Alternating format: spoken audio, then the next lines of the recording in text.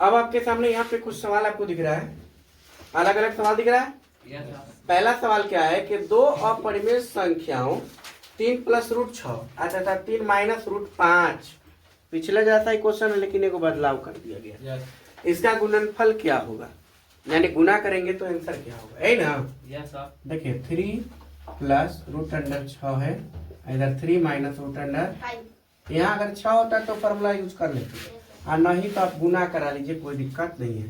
देखो 3 से गुना कराओगे 9, और 3 में माइनस प्लस माइनस तो माइनस हो जाएगा, हाँ 3 में √5 से गुना कराओगे कितना हो जाएगा, 3 प्लस, यहाँ प्लस तो प्लस।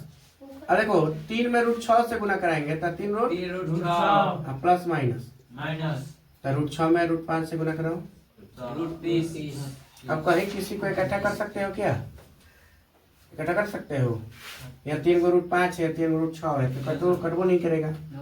यानी इस प्रकार की संख्या आपको बताना है कि अपरिमेय होगा, अपरिमेय होगा, या दोनों होगा, या कुछ भी नहीं होगा। तो बताइए, यहाँ रूट को हम हटा नहीं सकते हैं। इसको तोड़ के क्या करोगे, क्या मिलेगा, 2 × 3 × 5 मिलेगा, 2 × 3 × 5 मिलेगा, फिर भी तो अपरिमेय ही रहेगा। तो तोड़ने से हमको कोनो फायदा दिखता उगता नहीं है। तो आपको बताना कि परिमेय होगा कि अपरिमेय होगा, कि दोनों होगा, कि कुछ नहीं होगा। तो रूट में है, अब वर्गमूल हो ही नहीं रहा है, तो वो निश्चित ही अपरिमेय होगा। क्या होगा, अपरिमेय होगा, इसमें कोई डाउट ही नहीं है, अपरिमेय, क्योंकि इसको जोड़ना घटा कुछ कर ही नहीं सकते हो। इसका जेड किससे आओगे, गुणनखंडन कर दोगे, तो गुणनखंडन में क्या आएगा, 2 × 3 × 5। देखिए 5 15 30, कोई फायदा ही नहीं हुआ। तो आपको करने से भी कोई फायदा नहीं, सीधा आंसर कर दो अपरिमेय, आपका आंसर आ जाएगा। इसी प्रकार से हम दूसरा क्वेश्चन देखें कि 0.3 पर रेकरिंग प्लस 0.4 पर रेकरिंग का सरलतम रूप क्या है। अब रेकरिंग को चेंज करना है सरल रूप में, किस रूप में, सरल रूप में। तो देखिए बुआ 0.3 को रेकरिंग लगा है, आप प्लस 0.4 पर क्या लगा, तो रेकरिंग हटाते हैं तो बटा में क्या लगाते हैं, 9, बटे में 9 लगाते हैं। तो ई दशमलव से कोई मतलब नहीं, रेकरिंग हटाओ, 3 ऊपर और 9 प्लस, एवं ऊपर 4 ऊपर 9 और 4 ऊपर 9 नीचे, तो 3 देखो 9 9 एलसीएम बराबर है ना होगा, तो 9 × 9 तो 3 और 4, तो 4 3 7 बटा, डायरेक्ट हो जाएगा बड़ा आंसर।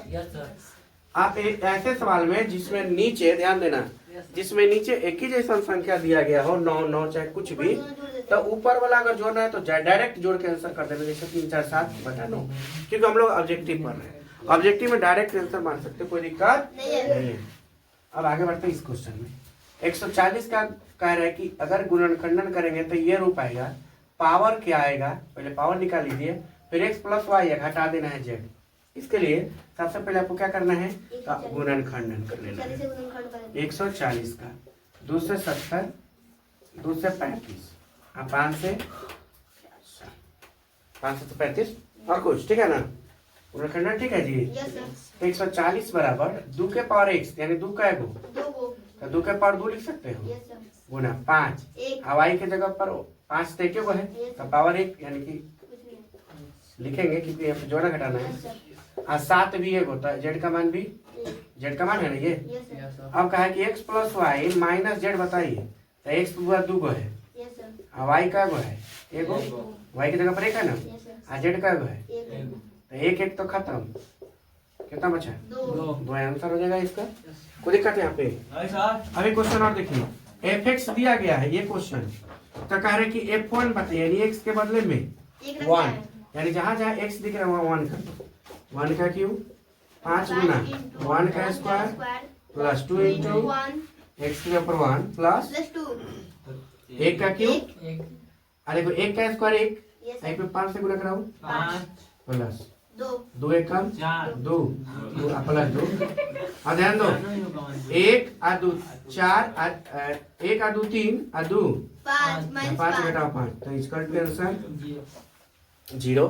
एक और संख्या है कि सबसे छोटी पूर्ण वर्ग संख्या, यानी ये जो पूर्ण वर्ग संख्या दिया गया है, तो सबसे छोटी 16 20 24 से क्या होना चाहिए, भाज्य हो जाना चाहिए। ऐसे क्वेश्चन को बनाने के लिए सबसे पहले इसका क्या करना है, एलसीएम। सबसे पहले क्या करना, एलसीएम। तो 16 20 24, ऐसे हमको बनाना होता तो हम एक बड़का को लेकर क्या करते हैं, पहरा लगा देते। लेकिन आप लोग के लिए क्या करो, आराम से यही निकाल लो, सबसे फास्ट निकाल लोगे, ठीक है ना। 4 5 6 फिर कटेगा 2 5। अब तो नहीं कटेगा ये। इसका अगर हम लौसा निकाले तो बउआ लेकर लिखेंगे, 2 गुना 2 गुना ही लिखे, टाइम बर्बाद करना है नहीं, डायरेक्ट गुना कराओ। 2 गुना के 4 4 दूनी 8 8 दूनी 16 16 50 80 80 3 240। इसका लौसा कितना आ गया, लौसा कितना आ गया 240। तो कह रहे कि वह पूर्ण क्या होना चाहिए, वर्ग। वर्ग तब पूरा 240 किसी का वर्ग होता है, किसी का भी होता है, नहीं होता है। नहीं होता है तो सर ये कैंसिल। 1600 होता है 40 का वर्ग, 1600। 2400 किसी का नहीं होता, 2500 होता है 50 का, 3600 होता है। अब यही दोनों में से कोई आंसर आपका होगा तो वो 240 से कटा भी तो चाहिए। 240 से देखिए तो 1600 कट रहा है, 240 पचे 1200 ना, 240 पचे 1200, 1440 से 6 बार जाते हैं 0, 6 चौके 24 के 4 से 2, 6 2 12 2 0 6 नहीं कटेगा, यानी आंसर हमारा क्या हो जाएगा, डी नंबर। ये भी हमारा आंसर गलत हो जाएगा। तो इस प्रकार से हम लोगों ने इसका भी आंसर कर लिया, ठीक है। ध्यान दीजिए यहाँ पे आप 2 क्वेश्चन आप लोग देख रहे हैं। कह रहे यदि Q का मतलब यहाँ जो Q दिख रहा है, दिख रहा है आपको, कह रहा Q एक धनात्मक पूर्णांक। अब समझिए धनात्मक पूर्णांक क्यों कहा जा रहा है, क्योंकि पूर्णांक संख्या किसे कहते हैं, याद है किसी को, पूर्णांक संख्या किसे कहते हैं, धनात्मक ऋणात्मक, साथ में 0 वो हो, ऋणात्मक संख्या धनात्मक संख्या यानी प्लस वाली संख्या माइनस वाली संख्या, साथ में 0 तो ऐसी संख्या को हम पूर्णांक कहते हैं। यानी कि कहने का मतलब यही समझो है, देखो क्या लिख रहा है, देख रहे हैं, इसी को हम लोग पूर्णांक कहते हैं। पूर्णांक इसी को हम लोग कहते हैं ना। अब यही बात कर रहे हैं कि Q धनात्मक, तो धनात्मक का मतलब कहने वाला, होने वाला धनात्मक है तो ऋणात्मक पूर्णांक हो गया। तो Q धनात्मक पूर्णांक है, यानी कि Q का मान 1 भी हो सकता है, 2 भी, 3 भी, 4 भी, 5 भी, जो मन करे वो ले सकते हैं। तो निम्नलिखित में से कौन धनात्मक विषम पूर्णांक नहीं है, धनात्मक विषम पूर्णांक नहीं है, इसका मतलब वो सम पूर्णांक है। क्या है वो, सम पूर्णांक है, विषम पूर्णांक नहीं है, मतलब वो सम पूर्णांक है। तो ऐसे के लिए ना हम 1 2 को मान रख के देख सकते हैं। जैसे यहाँ 8, Q का मान 1 रख लो, प्लस 1, तो 8 1 8 1 9, तो सामने लिख देते हैं, कोई दिक्कत। अब मान लो कि 8 गुना, अब फिर Q का मान हम 2 रखते हैं, अब 1 तो ऑलरेडी 1 रहेगा, तो 8 2 16 और 1 17। ये तो विषम पूर्णांक है, क्या है ना विषम पूर्णांक। पूर्णांक तो देखो क्या बोला, धनात्मक विषम पूर्णांक, धनात्मक तो ही है, विषम भी है कि ना।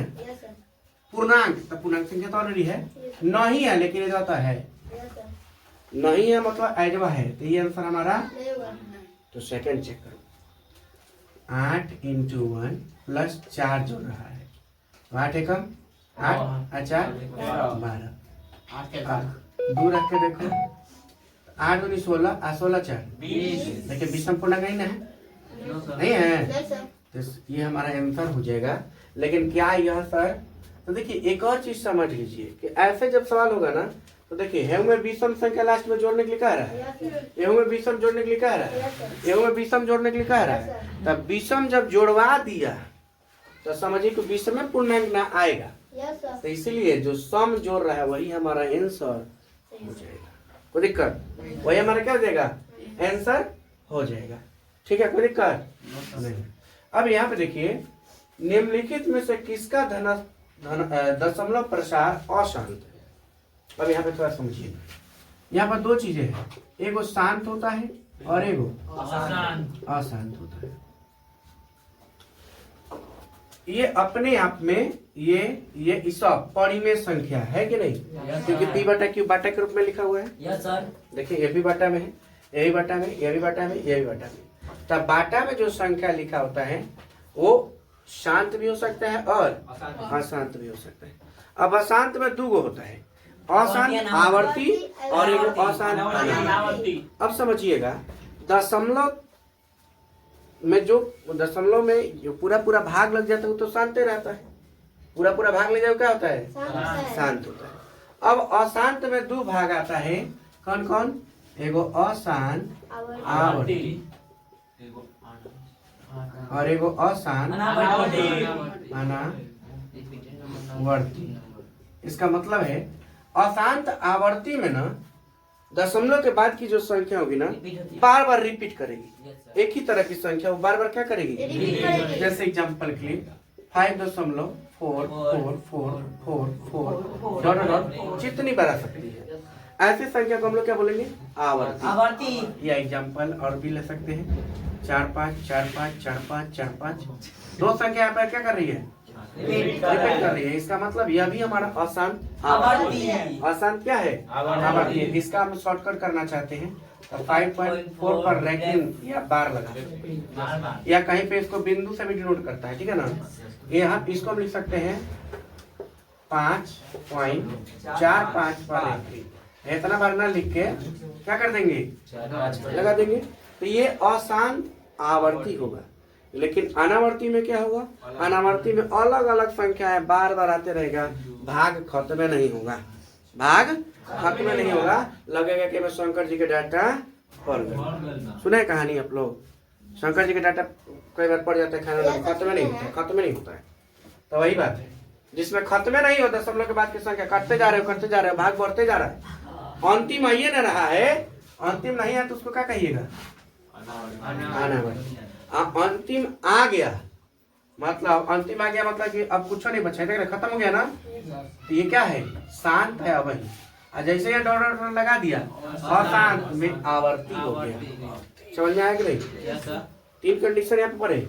शांत दशमलव के बाद 2-4 अंक पर 10 अंक पर पूरा पूरा कट जाएगा, डॉट लगाने की जरूरत नहीं पड़ेगी, तो वो शांत। अशांत में 2 आवर्ती और अनावर्ती। तो दशमलव के बाद कौन संख्या एक के जैसा आना शुरू कर दे तो समझ जाएगा कि वो तो आवर्ती होगा। अलग अलग प्रकार के आएगा वो क्या होगा? अनावर्ती होगा। जैसे एग्जांपल के लिए देख रहे हैं, अलग अलग आ रहा है ना? Yes sir. इसमें हम डॉलर लगा देते हैं, आगे क्या आएगा हमको पता नहीं है ना? तो ये हमारा बन गया अशांत अनावर्ती। अब इसमें क्वेश्चन आ रहा है, तो अब देखिएगा परिमेय जितने भी परिमेय संख्या होते हैं ना उसमें यही कंडीशन हुआ, शांत और अशांत आवर्ती। ठीक है, अनावर्ती का जो आएगा वो अपरिमेय संख्या का आएगा। वो किसका होगा? अपरिमेय संख्या का। अब बताना है निम्नलिखित में से किसका दशमलव प्रसार अशांत है? अशांत मतलब कटने वाला। अब देखिए शांत के लिए ना कंडीशन बताते हैं कि हर में, हर मतलब नीचे बाटा वाला 2 के पावर कुछ भी, मतलब 2 × 5 के रूप में, या 5 के पावर कुछ भी, 2 के पावर m चाहे 5 के पावर n, कुछ भी पावर कितना भी बार है उससे कोई मतलब नहीं है, या दोनों का गुणनफल। समझ रहे हो? अगर तीनों कंडीशन में है तो हम समझ जाएंगे कि वो शांत है। तो ऐसा कंडीशन नहीं होगा तब ना अशांत होगा। तो कहाँ नहीं होगा हम समझने का प्रयास करते हैं। 19/200 का गुणनखंडन करो, 200 का गुणनखंडन करोगे 100 50 25। ठीक है, देखिए 3 को 2 है ना, तो 2 के पावर 3 और 5 का पावर 2। तो बताइए ये तो हमारा इस रूप का आ गया ना? इसका मतलब इस तो शांत है, हमारा आंसर नहीं होगा क्योंकि आसान चाहिए। तो इसका करो 50 का 2 से 25 और 5 से 5 यानी 162/2 एगो है ना, और 5 2 यानी 5 का स्क्वायर। ये भी तो हमारा इसी रूप का आ गया, और यह भी हमारा शांत हो गया, यानी आंसर ये भी नहीं होगा। तो क्या यह होगा सर? तो देखिए ट्राई करते हैं होगा कि नहीं होगा। 400 का यहाँ निकाल लेते हैं। Yes sir. 2 से 200, 2 से 100, 2 से 50, 2 से 25, 5 से 5, 4 को 2 और 2 को 5, है ना, 2 के पावर 4 2 के पावर 4 इंटू 5 के पावर 2, यह भी तो इस रूप में आ गया। इसका मतलब यह भी शांत हो गया हमारा आंसर, यह भी नहीं होगा तो आंसर बिना देखले मारो डी आंसर तो ही बच गया। अब एक बात और बताते हैं, अब ट्रिक से कैसे पकड़ना है। पकड़ने की संभावना अधिकांश होती है।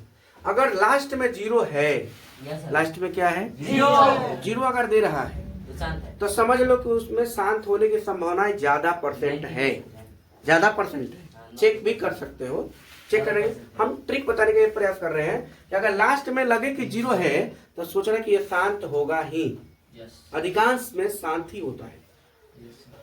अलग दिख रहा है, जैसे ये दिख रहा है ना 196 में 0 तो है नहीं, सब में 0 था कि नहीं, बोलो यस सर। तो इसलिए हम कह सकते हैं कि शांत में थोड़ा 0 अगर है तो उसको ऑप्शन को बाद में चेक करना, पहले बिना वाला को चेक कर लेना। मतलब जिसमें 0 नहीं है उसको पहले चेक कर लेना अशांत के लिए। क्लियर, कोई दिक्कत बना लोगे तो हमारा आंसर क्या होगा।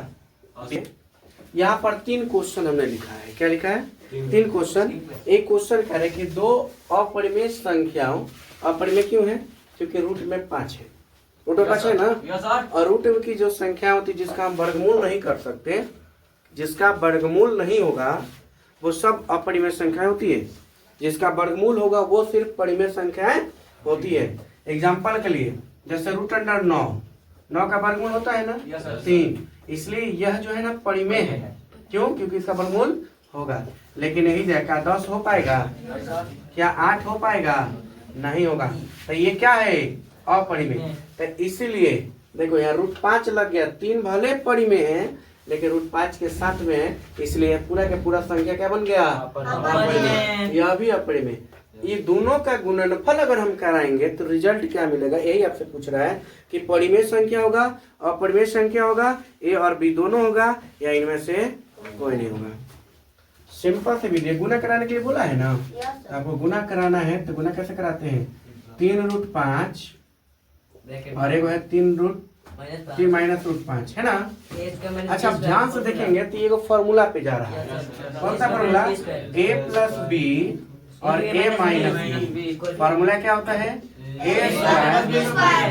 वेरी गुड, चलो इसी पर बना लीजिए।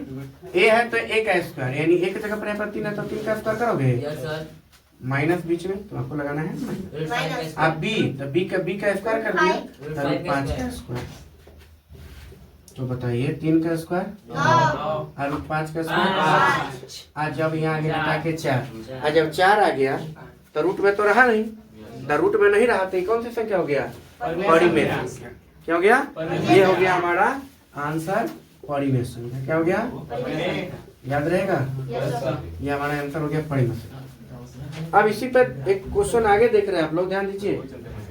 एक क्वेश्चन अगला देखिएगा आप लोग, तो कह रहा है कि यदि p तथा q अभाज्य संख्या है, कौन सी संख्या है, अभाज्य, तो p के पावर 3 q और p² q का मौसा क्या होगा। तो मौसा निकालने के लिए ना सबसे पहले ऐसे जब क्वेश्चन आएगा तो इसका सबसे पहले ना क्या करिएगा कि गुणनखंडन कर दीजिएगा। क्या करिएगा,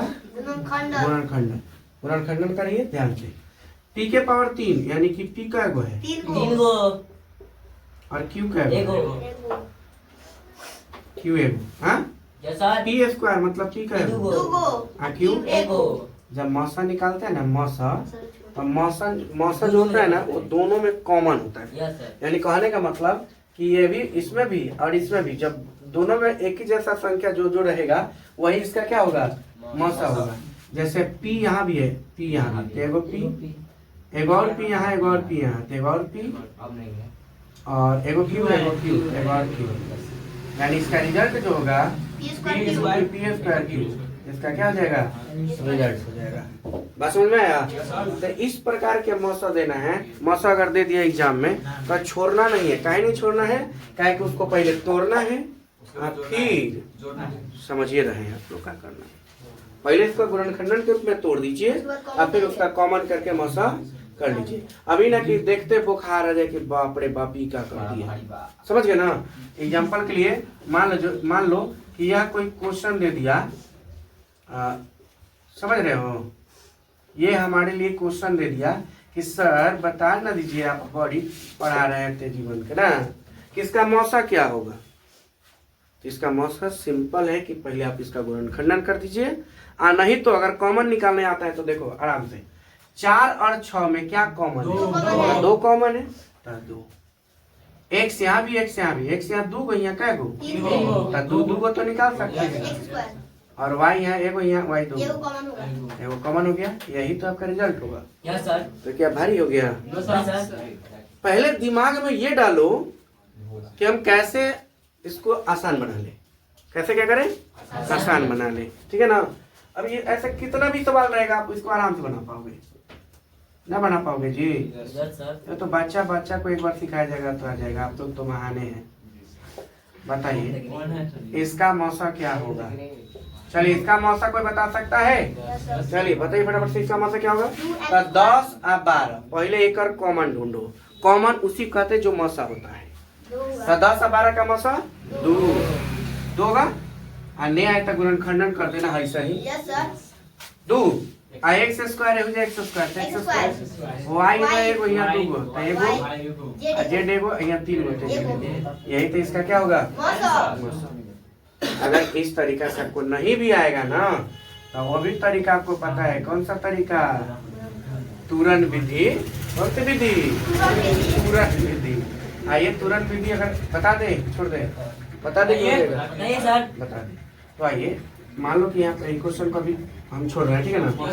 10 x स्क्वायर y z है तो पहले 10 को तोड़ो। तो 10 जब गुणनखंडन करोगे तो 2 गुना 5 आएगा। x स्क्वायर यानी x का एगो आएगा 2 गो, y एगो और z भी एगो। फिर देखो फिर हमारा दूसरा संख्या क्या है? 12 को x square y square z cube. तो 12 का गुणनखंडन करोगे तो 2 गुना 2 गुना 3 2 गुना के 4 4 12 और x 2 गो y 2 गो और z का एगो। अब इसका अगर हमें मौसा निकालना है HCF तो दोनों में होना चाहिए उसी को। दोनों में 2 और 2 एगो 2 हो गया। 5 इसमें है, इसमें तो नहीं है, छोड़ देना। 3 है ऊपर नहीं है। 2 का x 2 का x स्क्वायर। Yes sir. एगो y y ले लेंगे, एगो z एगो z। ये हमें तो रिजल्ट है तो ही तो आया। Yes sir. कोई दिक्कत होगा? नहीं निकाल लोगे? यस सर कोई दिक्कत नहीं। अब आइए नेक्स्ट हमारा जो क्वेश्चन था, क्वेश्चन ध्यान दो। 234 का अभाज्य गुणनखंड में 3 का घात पूछा जा रहा है। यानी 234 का अभाज्य गुणनखंडन जब करेंगे तो उसमें 3 भी आएगा। यानी 3 का घात आपसे पूछा गया कि 3 कई बार आएगा। वो घात वही ना होता है, जितना बार आता है उतना ही तो घात होता है। 5 को गुना में अगर 5 बार लिखोगे तो उसका घात भी 5 हो जाएगा। 3 के घात मान लो कि 5 है। 3 के घात कितना है? 5 है। इसका मतलब कि 3 जो है ना 5 बार होगा। 1 2 3 4 और 5। 3 के पावर 5 का मतलब 3 का बार 5 बार। यही हम बोल रहे हैं कि अगर 3 को 5 बार गुना में लिखा जाए तो उसको हम आंसर क्या कर सकते हैं? 5 भी तो कर सकते हैं ना। तो सबसे पहले इसका हम लोग क्या करना पड़ेगा? गुणनखंड करो। 2 से 1 2 7 4 होगा ना। 3 से अब 7 1 8 1 9 3 का नियम है ना, कहता है कि 3 से अब नहीं कटेगा। 3 का एगो है 2 को 3 का घात कितना हो गया? 2 ही तो हो गया। 2 आंसर हो जाएगा। Yes sir. इस प्रकार से आपको बनाना है, नहीं बन जाएगा? कोई दिक्कत? चलिए नोट करिए।